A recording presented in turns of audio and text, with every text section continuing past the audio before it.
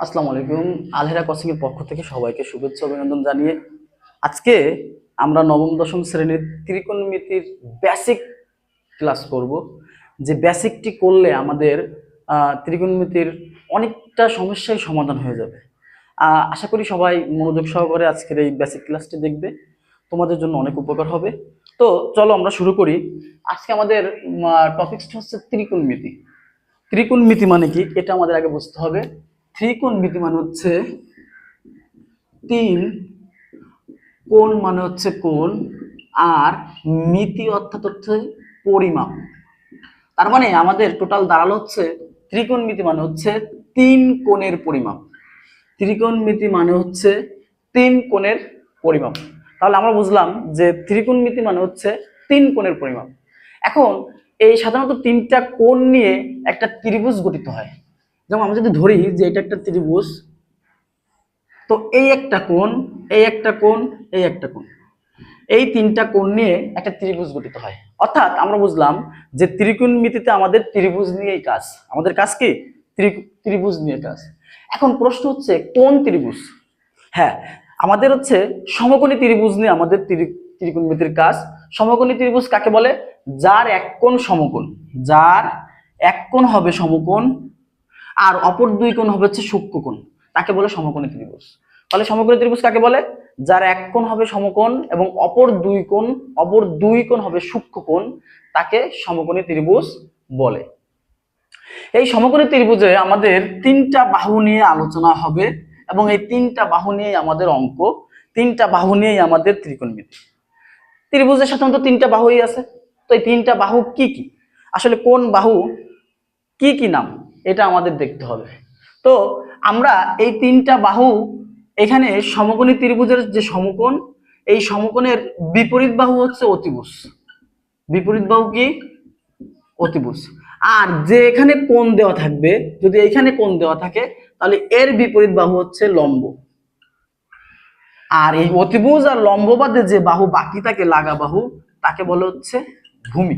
যদি আমরা এটাকে ধরি এ, এটাকে ধরি বি আর এটাকে ধরি সি, তাহলে এখানে কিন্তু এসি সমান সমান হচ্ছে অতিভুজ, এ বি সমান সমান লম্ব আর বিসি সমান সমান ভূমি। তার মানে আমরা কি পেলাম?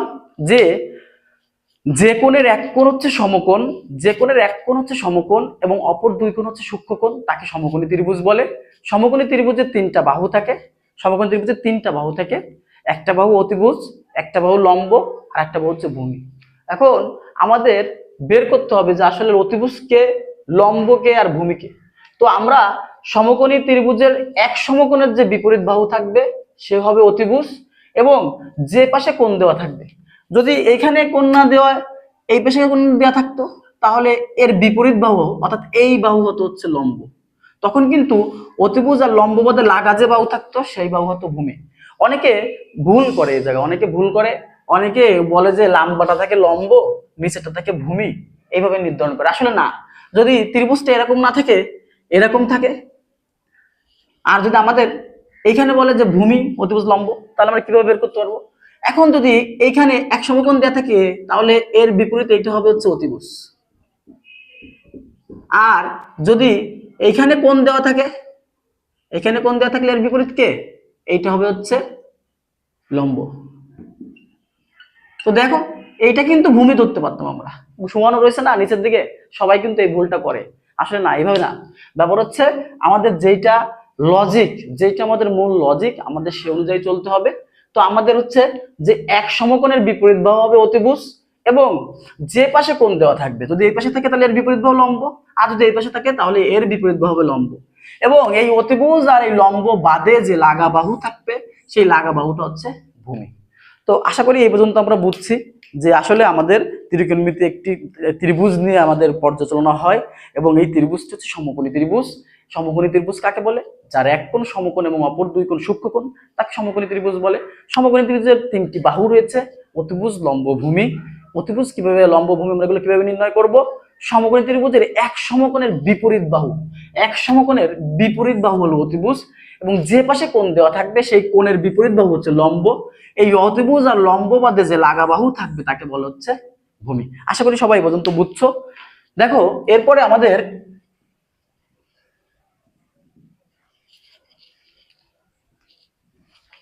ত্রিকোণমিতিতে আমাদের যে তিনটি বিষয় মূলত বেশি গুরুত্বপূর্ণ, তিনটি জিনিস হচ্ছে বস, এদেরকে আমরা কি বলবো, বস। একটা হচ্ছে সাইন থিটা, আর একটা হচ্ছে কস থিটা, আর একটা হচ্ছে ট্যান থিটা। এই সাইন থিটা, কস থিটা এবং ট্যান থিটা এগুলোকে আমরা বস হিসেবে নির্ধারণ করি, কারণ এরা যদি বস হয় তাহলে এদের আবার অনেক অ্যাসিস্ট্যান্ট আছে, সেই অ্যাসিস্ট্যান্ট বের করতে আমাদের সহজ হবে। তো এদের আমরা বস বলি কারণ এদের আবার কিছু অ্যাসিস্ট্যান্ট রয়েছে, এই অ্যাসিস্ট্যান্টদেরকে আমাদের বের করতে সহজ হবে। এর জন্য আমরা সর্বপ্রথম মনে রাখবো যে বস কারা। বস হচ্ছে sine theta, cos theta, tan theta. তো সাইন থিটার নিশ্চয়ই একটা লম্ব বা একটা ভূমি বা অতিভুজ রয়েছে, এই তিনটাই তো আমাদের এই ত্রিভুজ নিয়ে কাজ, তো ত্রিভুজের তিন বাহু নিয়েই তো এদের কাজ। এখন কে লম্ব কে ভূমি এটা আমরা কিভাবে পাবো? এর সহজ টেকনিক হচ্ছে সাইন থিটা আমরা লিখতে পারি, সাইন থিটা মানে হচ্ছে সাগরে লবণ অতি। এটা হচ্ছে মনে রাখার সহজ টেকনিক, সাগরে লবণ অতি, সহজ টেকনিক। সাগর দ্বারা বোঝা হচ্ছে সাইন, আর লবণ দ্বারা বোঝা যাচ্ছে লম্ব, আর অতি দ্বারা বোঝা যাচ্ছে দ্বারা বোঝা যাচ্ছে অতিভুজ। তার মানে সাইন থিটা সমান সমান আমরা পাইলাম হচ্ছে লম্ব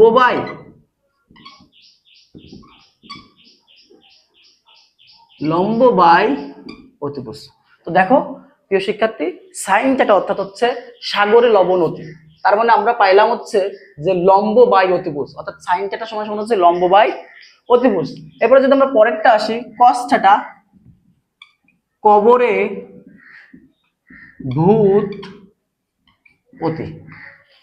এখানে দেখো কবরের ক দিয়ে আমরা বোঝাতে পারি কস থিটা, ভূতের ভূ দিয়ে আমরা বোঝাতে পারি ভূমি, অতির অ দিয়ে আমরা বোঝাইতে পারি অতিভুজ। অর্থাৎ কবরে ভূত অতি, কবরে ভূত অতি মানে কস থিটা সমান সমান হচ্ছে ভূমি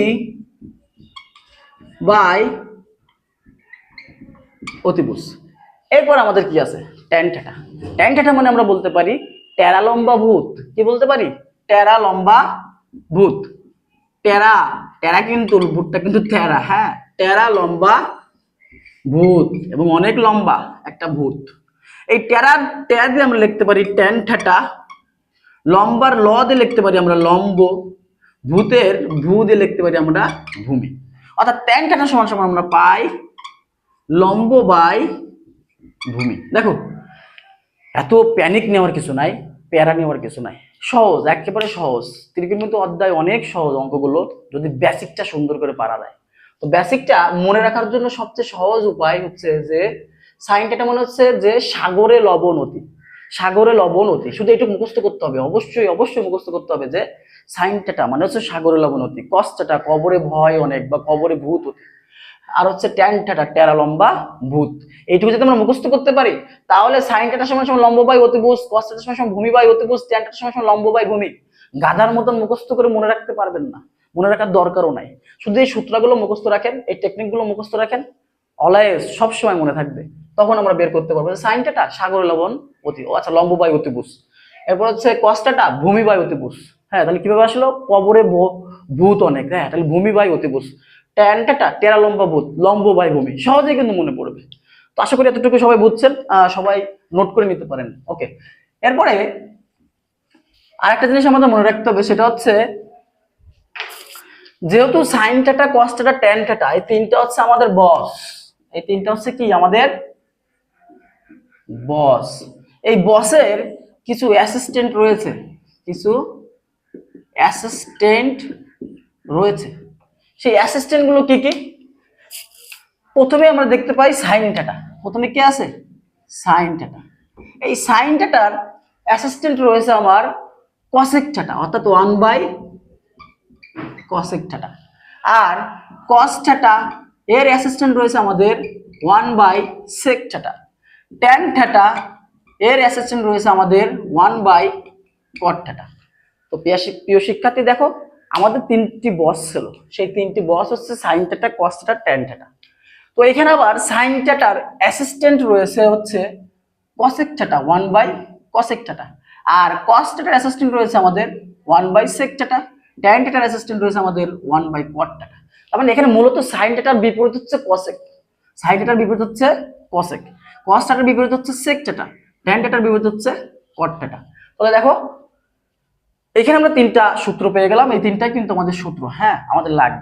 তো আমরা যদি sin θ সমান সমান 1/cosec θ লিখতে পারি, তাহলে যদি আমাদের বলে cosec θ সমান সমান কি, তাহলে আমরা অবশ্যই নিশ্চয়ই লিখতে পারি 1/sin θ। তারপর যদি আমরা cos θ সমান সমান 1/sec θ লিখতে পারি, তাহলে আমাদের যদি বলে sec θ সমান সমান কি, নিশ্চয়ই তাহলে 1/cos θ। আবার আমাদের যদি বলে যে tan θ সমান যদি আমরা 1/cot θ পাই, তাহলে আমাদের যদি বলে cot θ সমান সমান কি, তাহলে আমরা নিশ্চয়ই লিখতে পারি যে 1/tan θ। তো দেখো এখানে আমরা তিনটা, এখানে আমরা তিনটা, 3 3 6টা কিন্তু আমরা সূত্র পেয়ে গেলাম। এরপর আমাদের থাকে হচ্ছে tan θ সমান সমান sin θ বাই cos θ, আর থাকে আমাদের cot θ সমান সমান cos θ বাই sin θ। তো এখানে আমাদের প্রথমে বস ছিল কিন্তু তিনটা বস কে কে ছিল, sin θ, cos θ, tan θ। sin θ এর অ্যাসিস্ট্যান্ট হচ্ছে cosec θ, cos θ এর অ্যাসিস্ট্যান্ট হচ্ছে sec θ, tan θ এর অ্যাসিস্ট্যান্ট হচ্ছে cot θ। সেইখান থেকে যদি sin θ সমান সমান 1/cosec হয়, তাহলে cosec θ সমান সমান 1/sin θ, cos θ সমান সমান যদি 1/sec θ হয়, তাহলে sec θ সমান সমান 1/cos θ, tan θ সমান সমান যদি 1/cot θ হয়, তাহলে cot θ সমান সমান 1/tan θ। তাহলে এখানে আমরা পেলাম তিনটা, এখানে পেলাম তিনটা, 6টা, আর দুইটা আমাদের রয়েছে, সেই দুইটা হচ্ছে tan θ সমান সমান sin θ বাই cos θ, cot θ সমান সমান উল্টোটা cos θ বাই sin θ। এখানে রয়েছে আমাদের দুইটা। এই একটা সূত্র আমাদের মোস্ট ইম্পর্টেন্ট, মুখস্থ করার কিছু নাই, জাস্ট খালি বসের নামগুলো মনে রাখতে হবে, যে sin θ, cos θ আর হচ্ছে tan θ। তাহলে তাহলে আপনি অ্যাসিস্ট্যান্ট গুলো সহজেই তোমরা পেয়ে যাবা। ওকে, ক্লিয়ার এ পর্যন্ত? ওকে,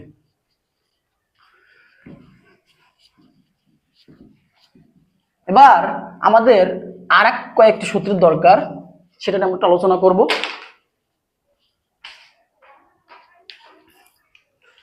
দেখো 1 নম্বর, sin square θ plus cos square θ সমান সমান 1, sin square θ plus cos square θ সমান সমান 1। আমরা যদি একটা মনে রাখি, তো এখান থেকে আর দুইটা সূত্র বের হয়। কিভাবে বের হয়? sin স্কয়ার θ cos স্কয়ার θ ওই পাশে চলে গেলে মাইনাস হয়ে যায়, প্লাস আছে মাইনাস হয়ে যায়, এই একটা সূত্র। হ্যাঁ, তো এই একটা দুইটা। আবার যদি আমরা cos স্কয়ার θ এই পাশে রাখি, তাহলে 1 মাইনাস sin স্কয়ার θ হয়ে যায়, এই একটা সূত্র। তাহলে কয়টা পেলাম? ওই একটা থেকে দুইটা পেলাম আবার, তাহলে এখানে কয়টা হলো? 3টে। তাহলে আমাদের এখানেও কিন্তু বস আছে একজন। কে বস আছে বলো তো? sin square θ plus cos square θ। এটাকে মনে রাখতে হবে যে এটা হচ্ছে বস, এটা হচ্ছে boss, sin square θ plus cos square θ। এই একটা মনে রাখলে আমি পরের দুটো বের করতে পারতেছি, তাহলে আমার বসকে মনে রাখতে হবে না? হ্যাঁ। 2 নম্বর যেটা আছে আমাদের sec square θ minus tan square θ সমান সমান 1, এই কিন্তু 1 নম্বর সূত্র। এখান থেকে আমরা আবার বের করতে পারবো না? পারবো। কি করতে পারে? sec স্কয়ার θ এই পাশে রাখলাম, tan স্কয়ার θ ওই পাশে গেলে কি হয়ে যাবে? প্লাস হয়ে যাবে। এই হচ্ছে আমাদের 2 নম্বর সূত্র। আর একটা সূত্র আমরা বের করতে পারি, 1 প্লাস tan স্কয়ার θ এই পাশে রেখে দাও, তাহলে sec স্কয়ার θ ওই পাশে দিয়ে দাও, পুরো ঘুরাই দাও। কি করতে পারো এবার? এবার tan স্কয়ার θ এই পাশে রেখে দাও, তাহলে ওই পাশে গেলে কি হয়ে যায়? sec square θ minus 1। এটা হচ্ছে আমাদের 3 নম্বর সূত্র। হয় না? তাই হয় না? দেখো, তাই হয় না? হ্যাঁ তাই হয়। তাহলে এখানে কিন্তু আমাদের একটা বস ছিল, বুঝছো? এখানে কিন্তু আমাদের একটা বস ছিল, সে বসটাকে sec square θ minus tan square θ সমান সমান 1, ওইখান থেকে কিন্তু আমরা দুইটা সূত্র বের করতে পারছি। তো সব জায়গায় আমাদের কিন্তু বসের অনেক প্রায়োরিটি, বসে অনেক ইম্পর্টেন্ট পারসন, বসকে মনে রাখতে হবে, ঠিক আছে? বুঝছো? তাহলে sec square θ minus tan square θ আমার বসকে মনে রাখলে আমরা দুইটা সূত্র বের করতে পারতেছি। এখন আমাদের পরে আরেকটা সূত্র যেটা বাকি থেকে যায়, সেটা হচ্ছে 3 নম্বর যেটা, হ্যাঁ, cosec স্কয়ার, এটা মনে এই পাশে আসবে না, হ্যাঁ ধরবে না, আমি মুছে দিই, উপরে একটা মুছে দিয়ে করাই।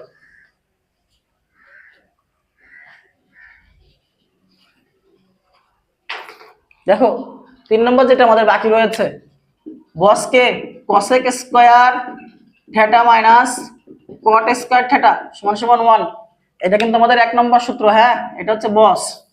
তো এই বস থেকে যদি আমি আবার যাই, তাহলে আমি cosec স্কয়ার থিটা যদি এই পাশে রাইখে দিই, মাইনাস cot স্কয়ার থিটা পাশে লিখে কি হয়ে যায় 1 প্লাস cot স্কয়ার থিটা। এটা হচ্ছে 2 নম্বর সূত্র।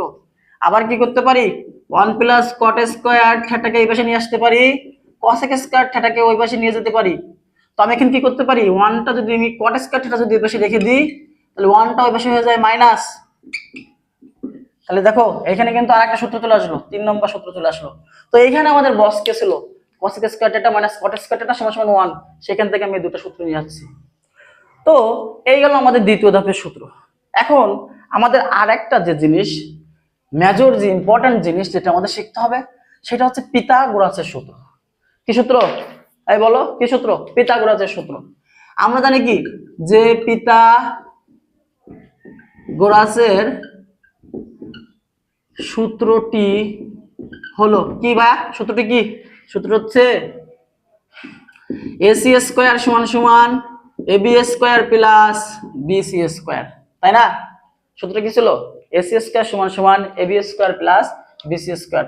ধরো এই একটা কোণ, একটা, হ্যাঁ ধরো এই একটা কোণ ধরছো, ধরো ধরো ধরে নাও, ধরে নাও একটা কোণ।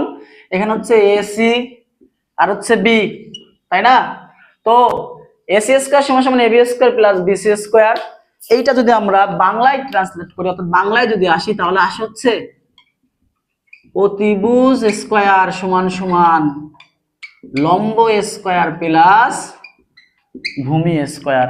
অর্থাৎ এটা ধরো এক সমকোণ দেওয়া, এটা হচ্ছে এক সমকোণ, তাহলে এর বিপরীত যেটা আছে এটাকে অতিভুজ, কে অতিভুজ, বুঝছো?